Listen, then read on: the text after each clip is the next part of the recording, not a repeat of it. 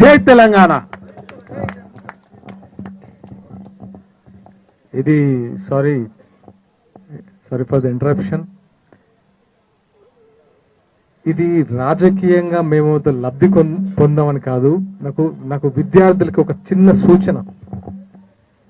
మీరు ఏదైతే ఒక ఉద్యమంలో ప్రధాన పాత్ర పోషించారో మీ హక్కుల కోసం, మీ ఫీజుల కోసం, ఫీజు రియంబర్స్మెంట్ కోసం, మీ కుటుంబాల కోసం దయచేసి ఏకం అవ్వండి. ఫస్ట్ యూనిటీ అవ్వండి. మేము ఆ పార్టీ, మేము ఈ పార్టీ, మేము ఏ పార్టీ అయినా సరే మీరు ఏకం అవ్వండి చాలు. ఫస్ట్ మీరే ఏకదాటి మీరు నిల్చోకపోతే ఎంతమంది వచ్చినా వేస్ట్, ఎంత గొంతుకలు వచ్చినా వేస్ట్. ఇప్పుడు అన్నారు కదా ఆర్ కృష్ణయ్య గారు ఏదో మీ గురించి అంటే, మీరు ఏకమై మాట్లాడాలి.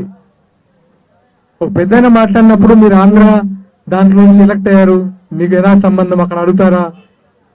ఇలా మాట్లాడుతుంటే మీ గురించి మాట్లాడిన వాళ్ళని మీరు ఏకమై, మీరు పెద్ద సంఖ్యలో ఫామ్ అయి మీరు దిగితే తప్ప మీ వెనుక మేము 100% ఉంటాం, 1000% ఉంటాం. మేము పారిపోయే వాళ్ళం కాదు, మేము తెలంగాణ బిడ్డలమే. గుర్తుపెట్టుకోండి, మేము ఈ పోరాట స్ఫూర్తి నుంచి వచ్చిన వాళ్ళమే. సో దయచేసి అందరూ ఏకమై ఒక నిర్ణయం తీసుకొని దాన్ని కట్టుబడి పోరాడండి. విద్యార్థులు అందరికీ మరొక్కసారి నా విజ్ఞప్తి. ఎందుకంటే మనకెందుకులే అనుకుంటే మనమే నష్టపోతాం.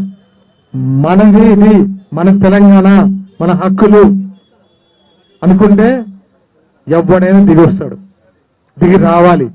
ఇక్కడ ఎవరూ తోపేం కాదు, మనం ఓట్లేసి గెలిపించాం.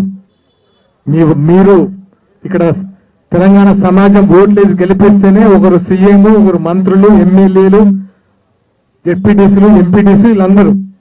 మీరు అడగడానికి భయపడితే ఇంకెలా ఉంటుంది? అందరం బిజీగా ఉంటాం. కాకపోతే కొన్ని సాధించాలంటే అన్ని పక్కన పెట్టి ఏకదాటి మీద నిల్చొని ఈ పోరాటం కంటిన్యూ చేద్దాం. అదే నా విజ్ఞప్తి. Thank you.